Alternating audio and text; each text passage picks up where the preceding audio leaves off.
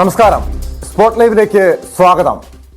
സമൂഹ മാധ്യമങ്ങളിലെ ചതിക്കുഴികളുടെ പല അനുഭവ കഥകളും നമ്മുടെ മുന്നിലുണ്ട്. അനുദിനം ഇരകളാകുന്നവരുടെ എണ്ണവും നിരവധിയാണ്. എന്നാൽ കേട്ടാൽ ഭയം തോന്നുന്ന കെണികളുടെ പുതിയ ഏടുകളിലേക്കാണ് ഞങ്ങൾ നിങ്ങളുടെ ശ്രദ്ധ ക്ഷണിക്കുന്നത്. സമൂഹ മാധ്യമങ്ങളിൽ ഷെയർ ചെയ്യുന്ന ചിത്രങ്ങൾ ടെലിഗ്രാം വഴി വിൽക്കപ്പെടുകയാണ്. എങ്ങനെയാണ് സമൂഹ മാധ്യമങ്ങളിൽ ചതിക്കുഴി ഒരുക്കുന്നത്? വിശദമായ റിപ്പോർട്ടിലേക്കാണ് ആദ്യം.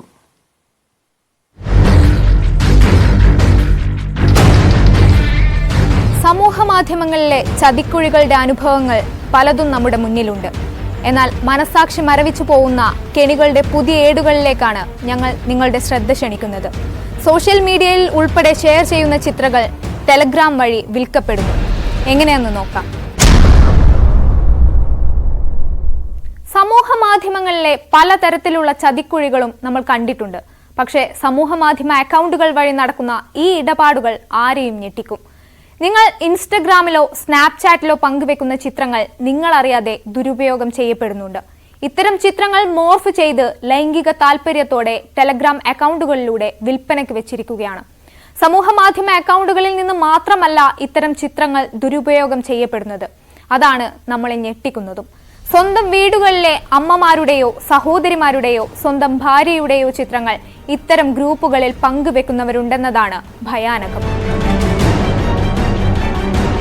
മെയിനായിട്ട് ഇതിൻ്റെ അകത്ത് വീഡിയോസും ഫോട്ടോസും ഒക്കെ പറഞ്ഞാൽ സേഫാന്ന് ഓർത്ത് ആൾക്കാർ അയക്കുന്ന എന്നുവെച്ചാൽ ഗേൾസ് അയക്കുന്ന ഫോട്ടോസും അവരുടെ പ്രൈവറ്റ് ഫോട്ടോസും വീഡിയോസും ഒക്കെയാണ് ഇതിൻ്റെ അകത്ത് മിക്കത് ലീക്കാവുന്നത്. ഇത് ലീക്കാവുന്ന പറഞ്ഞാൽ ഡിസപ്പിയറിങ് മെസ്സേജസ്, വാനിഷ് മോഡ് ഇപ്പം വാനിഷ് മോഡ് എന്ന് പറഞ്ഞാൽ ഇൻസ്റ്റാഗ്രാമിലുണ്ട്, ഡിസപ്പിയറിങ് മെസ്സേജ് എന്ന് പറഞ്ഞാൽ ടെലഗ്രാമിലുണ്ട്, ഡിസപ്പിയറിങ് മെസ്സേജ് എന്ന് പറഞ്ഞാൽ സ്നാപ്ചാറ്റിലുണ്ട്. അപ്പോൾ ഈ സ്നാപ്ചാറ്റിൻ്റെ അകത്തുനിന്ന് വന്ന ഈ ഡിസപ്പിയറിങ് മെസ്സേജസ് എന്ന് പറഞ്ഞ സാധനമല്ല, ഇവർ ഡിസപ്പിയർ ആയി പോകുമെന്ന് പറഞ്ഞ് ബോയ് ഫ്രണ്ടിന് അയക്കുന്നതോ അല്ലെങ്കിൽ മറ്റാർക്കെങ്കിലും അയക്കുന്ന ഫോട്ടോസും വീഡിയോസും എല്ലാം സ്നാപ്ചാറ്റിലും ഇൻസ്റ്റാഗ്രാമിലും ഈ പറഞ്ഞ ടെലഗ്രാമിലും എല്ലാം അയക്കുന്നത് തേർഡ് പാർട്ടി ആപ്ലിക്കേഷൻ വെച്ചിട്ട് ഇവർ സ്ക്രീൻ റെക്കോർഡ് ചെയ്ത് അല്ലെങ്കിൽ സ്ക്രീൻഷോട്ടൊക്കെ എടുത്ത് അതാണ് മെയിനായിട്ട് ഈ പറയുന്ന ടെലഗ്രാം ഗ്രൂപ്പിൻ്റെ ബേസിക് ആയിട്ട് ഇതിൻ്റെ അകത്ത് ആക്റ്റീവ് ആക്കുന്നത്. ഇതൊരു ടെലഗ്രാം അക്കൗണ്ടിന്റെ ചാറ്റാണ്. എൻ്റെ അമ്മയെ തരാം, നിങ്ങളുടെ അമ്മയെ തരുമോ എന്നാണ് ഈ ചാറ്റ് തുടങ്ങുന്നത് തന്നെ. ഇതിന് ശേഷം വരുന്ന കമന്റുകൾ എത്രത്തോളം അശ്ലീലത നിറഞ്ഞതാണോ അതനുസരിച്ച് ഇതിന്റെ താഴെ ഇനി ചിത്രങ്ങൾ വന്നുകൊണ്ടേയിരിക്കും. ഇത്തരത്തിൽ വീട്ടിലെ ഹോംലി പിക്ക്, നിങ്ങളുടെ സഹോദരിമാരുടെ പിക്ക്, നിങ്ങളുടെ ഭാര്യയുടെ പിക്ക്, അമ്മമാരുടെ പിക്കൊക്കെയാണ് ഇവർ ചോദിക്കുന്നത്. അമ്മയുടെ ചിത്രം പങ്കുവെച്ച ഒരു മകന്റെ ചാറ്റാണിത്. അതിന് താഴെ എത്രത്തോളം മോശമായി, എത്രത്തോളം അശ്ലീലത കലർത്തി ലൈംഗിക താല്പര്യത്തോടെ സംസാരിക്കുന്ന കമന്റുകളാണ് താഴെ വരുന്നത് മൊത്തം. അതിനുശേഷം ഈ അമ്മയുടെ തന്നെ മറ്റ് പല ചിത്രങ്ങളും ഈ മകൻ പങ്കുവെക്കും. ക്ലാസ്സിലെ ഫ്രണ്ട്സിന്റെ ചിത്രങ്ങൾ പങ്കുവെക്കുന്ന കുട്ടികളുണ്ട്, സ്കൂൾ കുട്ടികളുണ്ട് എന്നത് ഞെട്ടിക്കുന്ന മറ്റൊരു കാര്യമാണ്. സ്വന്തം എൻ്റെ പെണ്ണ് കൊള്ളാവോ എന്ന് ചോദിച്ചിട്ടാണ് ഒരു ഫോട്ടോ ഷെയർ ചെയ്തിരിക്കുന്നത്. ഇതിന് താഴെ പ്രേക്ഷകരെ കാണിക്കാൻ പോലും കഴിയാത്ത തരത്തിൽ അത്രത്തോളം അശ്ലീലത നിറഞ്ഞ, ലൈംഗികത നിറഞ്ഞ സംഭാഷണങ്ങളാണ് ഈ ചാറ്റുകൾ ഉടനീളമുള്ളത്. ഇതിന് താഴെ എത്രത്തോളം നിങ്ങൾ മോശമായി ഈ ഫോട്ടോയ്ക്ക് കമന്റ് ഇടുന്നോ അതനുസരിച്ച് താഴെ വീണ്ടും ഈ കുട്ടിയുടെ തന്നെ ഫോട്ടോസ് വന്നുകൊണ്ടേയിരിക്കും. 100 കണക്കിന് ഗ്രൂപ്പുകളാണ് ഇത്തരത്തിലുള്ളത്. അതിൽ തന്നെ കൗമാരക്കാരായ പെൺകുട്ടികളുടെ ചിത്രങ്ങൾക്ക് വേണ്ടി മാത്രമുള്ളതുണ്ട്, മുസ്ലിം പെൺകുട്ടികളുടെ ചിത്രങ്ങൾ മാത്രമുള്ളത്, അമ്മമാർക്ക് വേണ്ടി മാത്രമുള്ളത്, യുവതികളുടേത്, അങ്ങനെ പ്രത്യേകം ഗ്രൂപ്പുകളുണ്ട്. റേപ്പ് വീഡിയോകൾ വരെ ലഭ്യമാണ്. ഈ ചിത്രങ്ങൾ മെയിൻ ഗ്രൂപ്പുകളിലാണ് ആദ്യം എത്തുന്നത്. ശേഷം ടെലഗ്രാം AI ബോട്ടുകൾ വഴി മോർഫ് ചെയ്ത് പ്രൈവറ്റ് ഗ്രൂപ്പുകളിൽ ഇടുന്നുണ്ട്.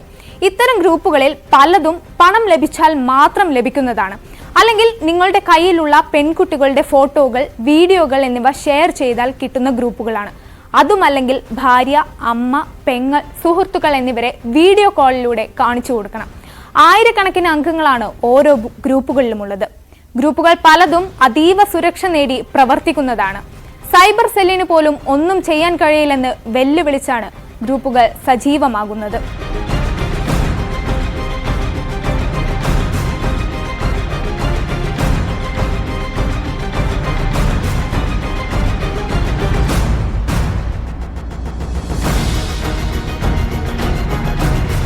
നിങ്ങളറിയാതെ പിന്തുടരുന്ന ചതിക്കുഴികൾ കരുതിയിരിക്കാം. സ്വന്തം വീടിനുള്ളിലും സൗഹൃദങ്ങൾ തെരഞ്ഞെടുക്കുന്നതിലും ഏറെ ജാഗ്രത പുലർത്തണമെന്നും ഇത് ഓർമ്മപ്പെടുത്തുന്നുണ്ട്. ആയിഷത്തുൽ ഷംന, ന്യൂസ് 18. വിശദാംശങ്ങളുമായി ഈ വാർത്ത പുറത്തു കൊണ്ടുവന്ന ആയിഷത്തുൽ ഷംന, കാസർഗോഡ് നിന്ന് KB ബൈജു, കൊച്ചിയിൽ നിന്ന് ആജ്ഞ രവീന്ദ്രൻ എന്നിവർ ചേരുന്നുണ്ട്. ആദ്യം ഷംനയിലേക്കാണ്. ഷംന, ഇതേറെ ഞെട്ടിപ്പിക്കുന്നൊരു വസ്തുത തന്നെയാണ്. കാരണം നമ്മുടെ ഓരോരുത്തരുടെയും വീട്ടിലെ സ്ത്രീകൾ, ഈ സമൂഹത്തിലെ പെൺകുട്ടികളടക്കം വലിയൊരു കെണിയിലാണ്, ചതിക്കുഴിയിലാണ്. ഏത് സമയവും ഇത്തരം അപകടങ്ങളിൽ ചെന്നുപെടാം, ചതിക്കുഴിയിൽ വീഴാം എന്നതിന്റെ പ്രധാനപ്പെട്ട തെളിവ് തന്നെയാണ് ന്യൂസ് 18 നിന്ന് പുറത്തുവിട്ട ഈ വാർത്ത. അതായത് കഴിഞ്ഞ ദിവസം കാലടി ശങ്കര കോളേജില് 12 വിദ്യാർത്ഥിനികളുടെ ഫോട്ടോകൾ അശ്ലീല ഗ്രൂപ്പുകളിൽ ഇട്ടത് സുഹൃത്താണ്, അവരുടെ സുഹൃത്താണ്. ആ കോളേജിലെ മുൻ SFI നേതാവായിരുന്നു. കാസർഗോഡ് 2 ആഴ്ച മുൻപ് KB ബൈജു ഇത് സമാനമായിട്ടുള്ള മറ്റൊരു വാർത്ത റിപ്പോർട്ട് ചെയ്തിരുന്നു. അതായത് കാസർഗോട്ടെ കുടുംബശ്രീ സ്ത്രീകളുടെ 300ഓളം വരുന്ന കുടുംബശ്രീ സ്ത്രീകളുടെ ചിത്രങ്ങൾ മോർഫ് ചെയ്ത് അശ്ലീല സൈറ്റുകളിൽ ഇട്ടു. പക്ഷെ ഇത്തരം സംഭവങ്ങളൊക്കെ പുറത്തു വരുമ്പോഴും നമ്മുടെ സൈബർ സെൽ എന്ത് നടപടി സ്വീകരിക്കുന്നു എന്നൊരു ചോദ്യം ബാക്കിയാണ്. ഈ ഷംന ഇന്ന് പുറത്തു കൊണ്ടുവന്നൊരു വാർത്തയുണ്ട്. ഈ സംഭവത്തിൽ പോലീസിന്റെ അന്വേഷണം സ്വാഭാവികമായി ഉണ്ടാകണം, കടുത്ത നടപടി സ്വീകരിക്കണം. പക്ഷേ ആരാണ് ഇതിന് പിന്നിൽ എന്ന് കണ്ടെത്താൻ സാധിക്കുമോ? ഒരു വലിയ റാക്കറ്റ് തന്നെ ഉണ്ട് എന്ന് സംശയിക്കേണ്ടതല്ലേ ഷംന? തീർച്ചയായും ടോം, കാരണം ഈ 100 കണക്കിന് ഗ്രൂപ്പുകളാണ് ഇത്തരത്തിൽ ഉള്ളത്. ഇതിൽ തന്നെ 1000കണക്കിന് 10000കണക്കിന് മെമ്പർമാരാണ് ഓരോ ഗ്രൂപ്പിലും ഉള്ളത്. ഇത് ഒരിക്കലും നമുക്ക് ഇപ്പം നമ്മുടെ കോണ്ടാക്ട് ലിസ്റ്റിലുള്ള ഒരാൾ ഈ ഗ്രൂപ്പിലുണ്ടെങ്കിൽ പോലും നമുക്കത് തിരിച്ചറിയാൻ കഴിയില്ല. അത്രത്തോളം ഇതിനെ നമ്മുടെ ചാറ്റുകൾ, നമ്മുടെ നമ്പർ, നമ്മുടെ പ്രൊഫൈൽ ഫോട്ടോ എല്ലാം നമുക്ക് ഹൈഡ് ചെയ്ത് വെക്കാൻ കഴിയും, അല്ലെങ്കിൽ അത് ഫേക്ക് ID എത്താൻ കഴിയും. നമ്മുടെ കോണ്ടാക്ട് ലിസ്റ്റിലുള്ള ഒരാളെ പോലും നമുക്ക് ആ ഗ്രൂപ്പിൽ നിന്ന് കണ്ടെത്താൻ കഴിയില്ല എന്നതാണ് സത്യം. നമുക്ക് ബൈറ്റ് തന്ന യുവാവ് ഈ ഗ്രൂപ്പിലുണ്ടായിരുന്ന ഒരു യുവാവാണ്. ആ യുവാവിൻ്റെ വെളിപ്പെടുത്തൽ പറയുന്നുണ്ട്, കൃത്യമായി പറയുന്നുണ്ട്, ഒരിക്കലും സൈബർ സെല്ലിന് ഒന്നും ചെയ്യാൻ കഴിയില്ല എന്ന് വെല്ലുവിളിച്ചുകൊണ്ട് തന്നെയാണ് ഇത്തരത്തിലുള്ള പ്രവർത്തികൾ ചെയ്യുന്നത്. ഇതിലെ ഏറ്റവും വേദനിപ്പിക്കുന്നത് അല്ലെങ്കിൽ ഭയപ്പെടുത്തുന്നത് നമ്മുടെ സ്വന്തം വീടുകളിൽ നിന്നാണ് ഇത്തരത്തിൽ ചിത്രങ്ങൾ ഈ ഗ്രൂപ്പുകളിൽ എത്തുന്നത് എന്ന് തന്നെയാണ് ഏറ്റവും ഭയപ്പെടുത്തുന്നത്. കാരണം സാധാരണയായി നമ്മൾ സോഷ്യൽ മീഡിയയിൽ, ഇൻസ്റ്റഗ്രാമിലാണെങ്കിലും സ്നാപ്ചാറ്റ് പോലുള്ള സോഷ്യൽ മീഡിയയിൽ നമ്മൾ ചിത്രങ്ങൾ ഷെയർ ചെയ്യുമ്പോൾ, പോസ്റ്റ് ചെയ്യുമ്പോഴൊക്കെ അത് സ്ക്രീൻഷോട്ട് അടിച്ചും അല്ലാതെയൊക്കെ ഇത്തരത്തിലുള്ള ഗ്രൂപ്പുകളിൽ എത്തുന്നുണ്ട്. പക്ഷേ അതിനേക്കാൾ കൂടുതൽ നമ്മുടെ സ്വന്തം വീടുകളിൽ നിന്ന് അമ്മമാരുടെ, സഹോദരിമാരുടെ, ഭാര്യമാരുടെയൊക്കെ ചിത്രങ്ങൾ സ്വന്തം വീട്ടിലുള്ള ആൺമക്കളും ഭർത്താക്കന്മാരൊക്കെ എടുത്ത് ഈ ഗ്രൂപ്പിൽ ഇടുന്നുണ്ട്. അങ്ങനെയാണ് ഒരുപാട് ചിത്രങ്ങൾ ഈ ഗ്രൂപ്പുകളിൽ ഷെയർ ചെയ്യപ്പെടുന്നത്. ഇത് തന്നെ ഇവർ പണത്തിന് വേണ്ടി വിൽക്കുന്നവരുണ്ട്. ഇപ്പോൾ ഒരു ഫോട്ടോ ഷെയർ ചെയ്യാം, ആദ്യം ഒരു ഫോട്ടോ മെയിൻ ഗ്രൂപ്പിൽ ഇടുന്നു, ഇതിന് ശേഷം ഈ കുട്ടിയുടെ, അല്ലെങ്കിൽ ഇതെൻ്റെ അമ്മയാണ്, കൂടുതൽ ഫോട്ടോകൾ വേണമെങ്കിൽ ഇത്ര രൂപ വേണം, അല്ലെങ്കിൽ ഇന്ന ഗ്രൂപ്പിലോട്ട് ജോയിൻ ചെയ്യണം എന്ന് പറയുന്നു, അടുത്ത ഗ്രൂപ്പിലോട്ട്. അതിൽ നിന്നും നമുക്ക് കൃത്യമായി മനസ്സിലാക്കാം ഇവരുടെ ഒരു മാനസികാവസ്ഥ എന്താണെന്നാണ് നമ്മളെ ഭയപ്പെടുത്തുന്നതും ചിന്തിപ്പിക്കുന്നതും. കാരണം ഒരു സ്വന്തം അമ്മയുടെ ഫോട്ടോയ്ക്ക് താഴെ അശ്ലീല കമൻറ്റുകൾ വരുമ്പോൾ, അത്രയും വൃത്തികെട്ട രീതിയിൽ ആ അമ്മയെക്കുറിച്ച് പറയുമ്പോൾ അത് കേട്ടിരിക്കാൻ എങ്ങനെയാണ് ഒരു മകന് സാധിക്കുന്നത് എന്നാണ് നമ്മളെ ഭയപ്പെടുത്തുന്ന ഒരു ചോദ്യം. അതിനുശേഷം ഇതുപോലെ സ്വന്തം സഹോദരിമാരുടെ ഫോട്ടോകൾ ഇടുന്ന ആൺമക്കളുണ്ട്, സഹോദരങ്ങളുണ്ട്.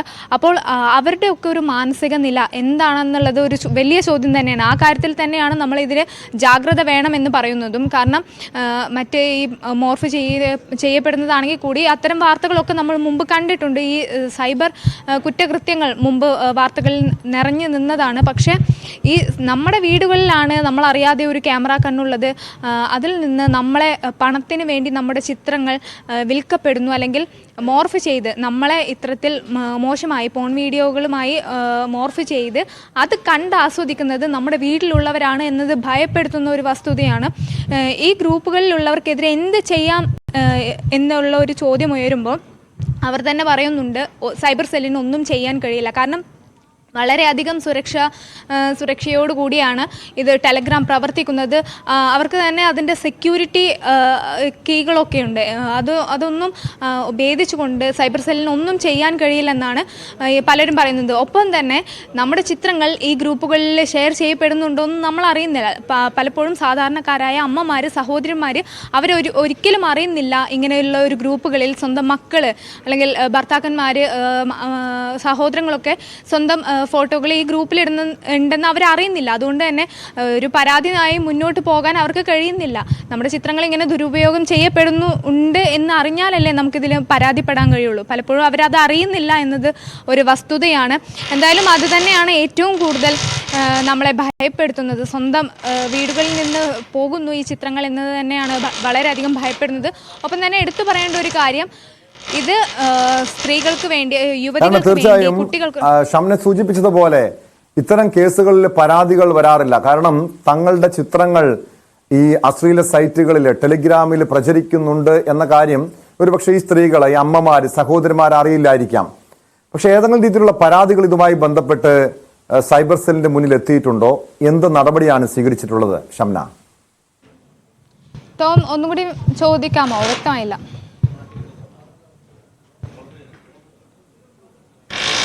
ഇത്തരം പരാതികൾ ഷംന സൂചിപ്പിച്ചതുപോലെ പലപ്പോഴും ഇരകളാകപ്പെടുന്നവർ, അതല്ലെങ്കിൽ ഇതുപോലെ ഈ അശ്ലീല ഫോട്ടോകൾ ഈ ഗ്രൂപ്പുകളിലൊക്കെ പ്രചരിപ്പിക്കപ്പെടുമ്പോൾ പല അമ്മമാരും, സഹോദരിമാരും, സ്ത്രീകളും ഇത് അറിയാറില്ല. അതുകൊണ്ട് പരാതികൾ പോകാറില്ലെന്ന് പറയുന്നു. പക്ഷെ ഇതുമായി ബന്ധപ്പെട്ട പരാതികൾ സൈബർ സെല്ലിന്റെ മുന്നിൽ ഏതെങ്കിലും കേസുകൾ, ഈ കേസുമായി ഇതുമായി ബന്ധപ്പെട്ട ഏതെങ്കിലും കേസുകൾ സൈബർ സെല്ലിന്റെ മുന്നിൽ എത്തിയിട്ടുണ്ടോ?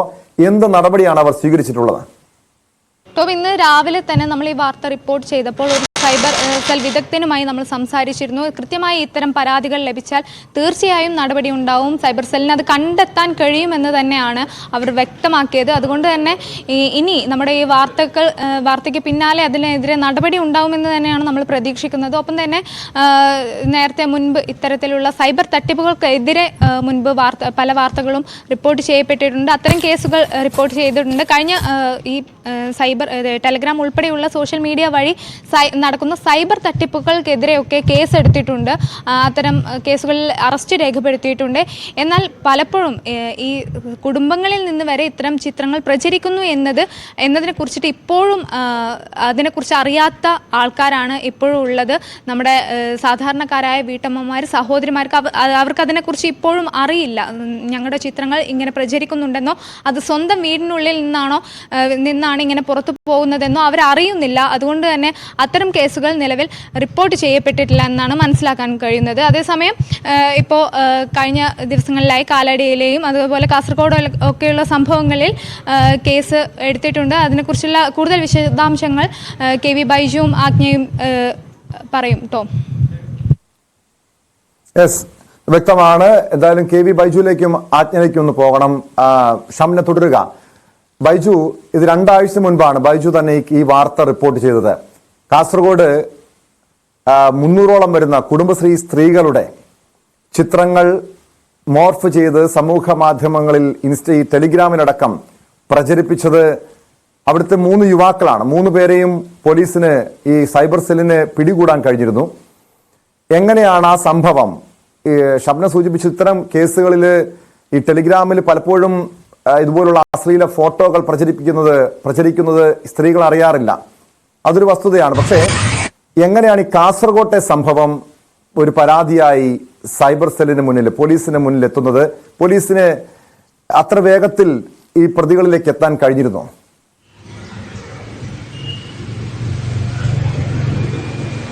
ടോമെ, ഷംന സൂചിപ്പിച്ചത് വളരെ പ്രധാനപ്പെട്ട കാര്യം തന്നെയാണ്. 2 ആഴ്ച മുമ്പാണ് കാസർഗോഡ് ജില്ലയിൽ നിന്നും സമാനമായ ഒരു സംഭവം ഉണ്ടായത്. അതായത് വിദ്യാർത്ഥികളാണ് ഇത്തരം സംഭവങ്ങൾക്ക് പിന്നിലെന്നതാണ് ഞെട്ടിപ്പിക്കുന്ന വിവരം.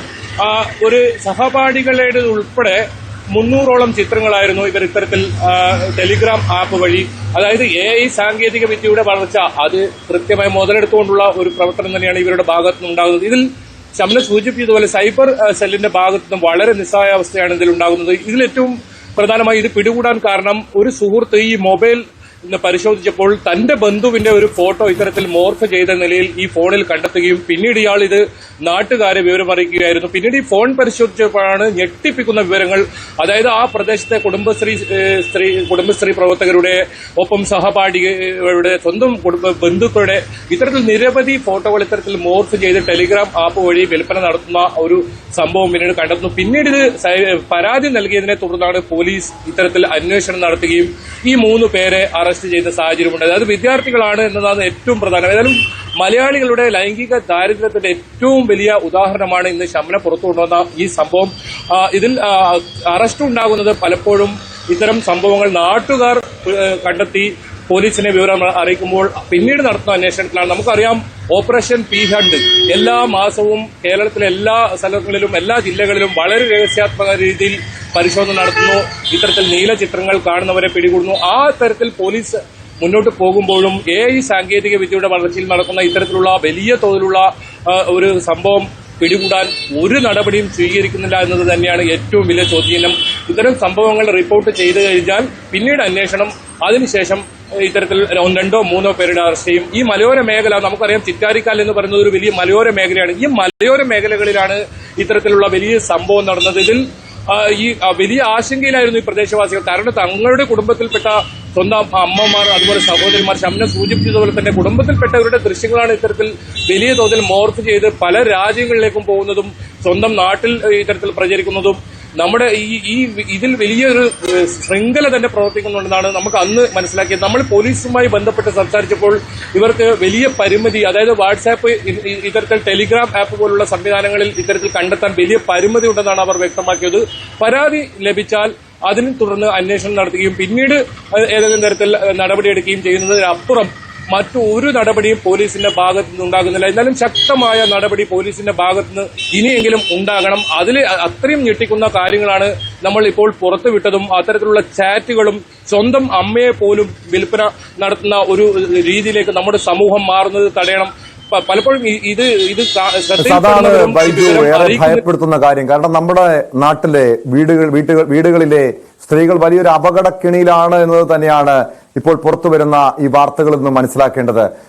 രണ്ടുപേരും തുടരുക. ആജ്ഞ രവീന്ദ്രൻ കൂടി ചേരുന്നുണ്ട്. ആജ്ഞ, കഴിഞ്ഞ ദിവസം ഏതാനും ദിവസങ്ങൾക്ക് മുൻപാണ് കാലടി ശങ്കര കോളേജിലെ വിദ്യാർത്ഥിനികളുടെ 12ഓളം വിദ്യാർത്ഥിനികളുടെ ഫോട്ടോകൾ അവർ സ്റ്റാറ്റസായി ഫേസ്ബുക്കിലും ഇൻസ്റ്റാഗ്രാമിലും ഒക്കെ പങ്കുവച്ച ഫോട്ടോകൾ അശ്ലീല ഫേസ്ബുക്ക് പേജുകളിൽ അപ്ലോഡ് ചെയ്ത കേസിലൊരു യുവാവിനെ, ആ കോളേജിലെ തന്നെ മുൻ SFI നേതാവായിരുന്ന രോഹിത്തിനെ പോലീസ് അറസ്റ്റ് ചെയ്തത്. അന്ന് പോലീസ് പറഞ്ഞത് ഈ ആൾ മാത്രമാണ് ഈ കേസിലെ പ്രതി, രോഹിത് തനിച്ചാണ് ഇതെല്ലാം ചെയ്തതെന്നാണ്. പക്ഷേ നേരത്തെ ഷംനയും അതോടൊപ്പം ബൈജുവും ഒക്കെ പുറത്തുവിട്ട ഈ വാർത്തകളിൽ നിന്നും നമ്മൾ മനസ്സിലാക്കേണ്ടത് ഇതിന് പിന്നിൽ വലിയൊരു റാക്കറ്റ് ഉണ്ട്, വലിയൊരു ഗ്രൂപ്പ് തന്നെയാണ് ഇതുപോലുള്ള അശ്ലീല പേജുകൾ നിയന്ത്രിക്കുന്നത്, ഈ ഫോട്ടോകളൊക്കെ പ്രചരിപ്പിക്കുന്നതാണ്. അങ്ങനെയെങ്കിൽ ഈ കാലടി ശങ്കര കോളേജിലെ കേസിലും ഒരു വലിയ റാക്കറ്റ് തന്നെ പ്രവർത്തിക്കുന്നുണ്ട് എന്നുകൂടി സംശയിക്കേണ്ടതല്ലേ ആജ്ഞ?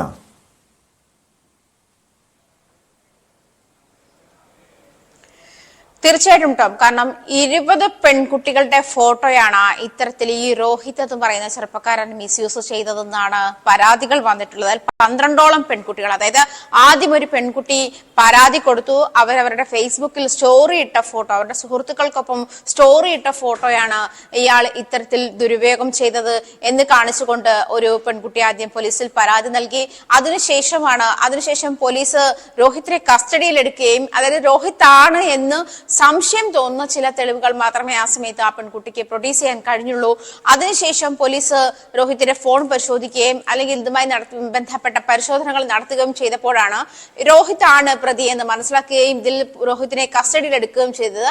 പക്ഷേ ഇത്തരം ഒരു കേസിൽ ജാമ്യം ലഭിക്കാനുള്ള സാധ്യത തുലവും കുറവാണ്. അതുകൊണ്ട് തന്നെ സ്റ്റേഷൻ ജാമ്യത്തിൽ രോഹിത്തിനെ വിട്ടത് നിയമസഭയിൽ വരെ ചർച്ചയാവുകയും ചെയ്തു. തുടർന്നാണ് ഈ ടോം സൂചിപ്പിച്ചതുപോലെ 12 പെൺകുട്ടികൾ, തുടർന്ന് പിന്നീട് 11ഓളം പെൺകുട്ടികൾ പല തവണയായിട്ട് രോഹിത്തിനെതിരെ പരാതിയുമായി രംഗത്ത് വരുന്നു. ഇയാൾ മുൻപ് ആ കോളേജിലെ SFI പ്രവർത്തകനായിരുന്നു, ശങ്കരാചാര്യ കോളേജിൽ SFI പ്രവർത്തകനായിരുന്നു. ഈ SFIയുടെ ക്യാമ്പയിനുകളുമായി ബന്ധപ്പെട്ടും നവാഗതരെ സ്വീകരിക്കുന്നതുമായി ബന്ധപ്പെട്ടുമുള്ള ഇടപെടലുകൾക്കിടയിൽ പെൺകുട്ടികളുമായി സൗഹൃദം സ്ഥാപിക്കുന്നു, അവരുടെ ഫോട്ടോസ് എടുക്കുന്നു. ഇത് മാത്രമല്ല, ഇയാൾ ബിരുദം കഴിഞ്ഞ് കോളേജിൽ നിന്ന് പോയ ശേഷം ഫോട്ടോഗ്രാഫർ എന്നുള്ള നിലയിൽ ക്യാമ്പസിൽ കടന്നുകൂടുന്ന ഒരു സാഹചര്യം ഉണ്ടാകുന്നു. അത്തരത്തിൽ പെൺകുട്ടികളുടെ ഫോട്ടോ എടുക്കാനോ അല്ലെങ്കിൽ പെൺകുട്ടികളുമായി അടുത്തിടപഴകാനുമുള്ള സാഹചര്യങ്ങളൊക്കെ പുള്ളി ഉണ്ടാക്കിയെടുത്ത ശേഷമാണ് ഈ പെൺകുട്ടികളുടെ 20ഓളം പെൺകുട്ടികളുടെ ഫോട്ടോയാണ് ദുരുപയോഗപ്പെടുത്തിയതെന്നാണ് പോലീസ് കണ്ടെത്തിയിട്ടുള്ളത്. പക്ഷെ പക്ഷേ ടോം സൂചിപ്പിച്ചതുപോലെ വലിയൊരു ശൃംഖലയാണ്, വലിയൊരു മാഫിയാണ് ഇതിന്റെ പിന്നിലുള്ളത് എന്നുള്ള കാര്യം വ്യക്തമാണ്. കാരണം ഏതോ അശ്ലീല സൈറ്റിൽ തന്റെ ഫോട്ടോ കണ്ടു എന്ന് ഈ പെൺകുട്ടിയുടെ ഒരു സുഹൃത്ത് അറിയിച്ചതിനെ തുടർന്നാണ് ഈ പെൺകുട്ടി പരാതിയുമായി മുന്നോട്ട് പോകുന്നത്. കൂടുതലും ആളുകൾ അത് ആണായാലും പെണ്ണായാലും ചിലപ്പോൾ ഇത്തരം സൈറ്റുകളുടെ പിന്നാലെ പോകുന്നവരായിരിക്കണം എന്നില്ല. അതുകൊണ്ട് തിരിച്ചറിയണമെന്നുമില്ല. അതിപ്പോ ആരുടെ ഫോട്ടോ എവിടെയൊക്കെ ഉണ്ട് എന്നുള്ള കാര്യത്തിൽ തിരിച്ചറിയണമെന്നില്ല. ഈ തിരിച്ചറിഞ്ഞ ഒരു സാഹചര്യത്തിലാണ് ഈ പെൺകുട്ടി ഇങ്ങനൊരു പരാതിയുമായിട്ട് മുന്നോട്ട് പോകുന്നു. തുടർന്ന് ഈ പറഞ്ഞതുപോലെ പ്രശ്നം നിയമസഭയിൽ വരെ എത്തിയപ്പോഴാണ് വീണ്ടും രോഹിത്തിനെതിരെ പോലീസ് അന്വേഷണം നടത്തിയത്. അതിൽ ഒരു പെൺകുട്ടി പ്രായപൂർത്തിയാകാത്ത പെൺകുട്ടിയാണ്.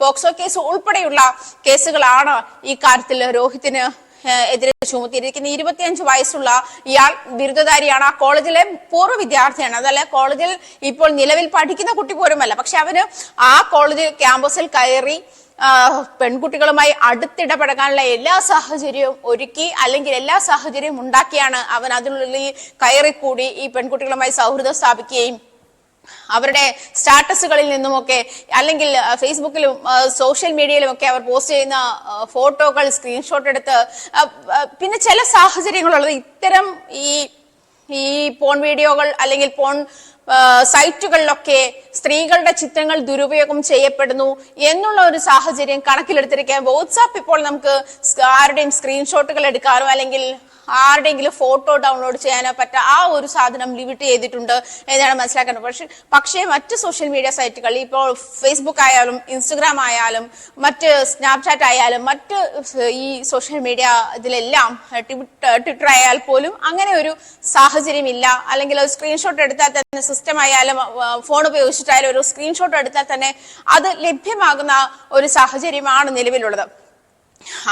ഇത് മാത്രമല്ല, ഇപ്പോൾ ഷംന നേരത്തെ സൂചിപ്പിക്കുകയുണ്ടായി ചില രഹസ്യ കോഡുകൾ ഉപയോഗിച്ച്, അതായത് ഹാക്കർമാർ അതെ ആജ്ഞ പറഞ്ഞതുപോലെ തന്നെ നമ്മുടെ വാട്സപ്പിലും സമൂഹ മാധ്യമങ്ങളിലൊക്കെ സ്റ്റാറ്റസായി പങ്കുവെക്കുന്ന ചിത്രങ്ങൾ പോലും ദുരുപയോഗം ഉണ്ട് എന്നുള്ളതാണ് പുറത്തു വന്ന പല വാർത്തകളിൽ നിന്ന് മനസ്സിലാക്കേണ്ടത്. ഷംനയിലേക്ക് വേണ്ടി ഷംന, ബൈജുവും ആജ്ഞയും സൂചിപ്പിച്ചത് ഈ 2 കേസുകളും പുറത്തു വരാനുള്ള കാരണം ഈ പെൺകുട്ടികളുടെ ചിത്രങ്ങൾ അല്ലെങ്കിൽ സ്ത്രീകളുടെ ചിത്രങ്ങൾ ഇതുപോലുള്ള അശ്ലീല സൈറ്റുകളിൽ പ്രത്യക്ഷപ്പെട്ടപ്പോൾ അവരുടെ ബന്ധുക്കളുടെ ശ്രദ്ധയിൽ അത് പെട്ടു. അങ്ങനെയാണ് ഇത് പരാതിയായി വരുന്നതും പോലീസിന്റെ ശ്രദ്ധയിൽപ്പെടുന്നതും നടപടിയും അറസ്റ്റും ഒക്കെ ഉണ്ടായതും.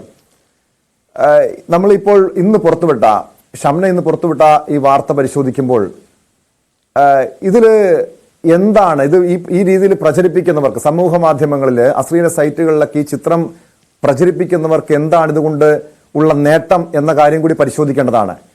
ഒരുപക്ഷെ ഒരു മാനസിക ശാരീരിക സുഖം മാത്രമായിരിക്കുമോ, അതല്ലെങ്കിൽ എന്തെങ്കിലും സാമ്പത്തിക നേട്ടമുണ്ടോ? ഈ ഫോട്ടോകൾ ഇങ്ങനെ പങ്കുവെക്കുന്നവർക്ക് സാമ്പത്തികമായ എന്തെങ്കിലും വരുമാനം ഇതിൽ നിന്നും ലഭ്യമാകുന്നുണ്ടോ? തീർച്ചയായും ടോം അത് തന്നെയാണ് നേരത്തെ സൂചിപ്പിച്ചത്. ഇത്തരത്തിൽ ഒരു ഫോട്ടോ ഷെയർ ചെയ്യപ്പെടുമ്പോൾ അതിന് താഴെ അവർ തന്നെ പറയുന്നു, നിങ്ങൾക്ക് കൂടുതൽ ഫോട്ടോസ് വേണമെങ്കിൽ അല്ലെങ്കിൽ മറ്റ് ഫോട്ടോസ് വേണമെങ്കിൽ ഷെയർ ചെയ്യാൻ പറയുന്നു. അപ്പുറത്തുള്ള ആളുടെ കയ്യിലുള്ള ഫോട്ടോസ് കൂടി ഷെയർ ചെയ്യാൻ പറയുന്നു. അതല്ലെങ്കിൽ പേഴ്സണലായിട്ട് മെസ്സേജ് അയക്കാൻ വേണ്ടി ആവശ്യപ്പെടുന്നു. ഇത്തരത്തിൽ മെസ്സേജ് അയക്കുമ്പോൾ അവർ ആവശ്യപ്പെടുന്നത് പണമാണ്.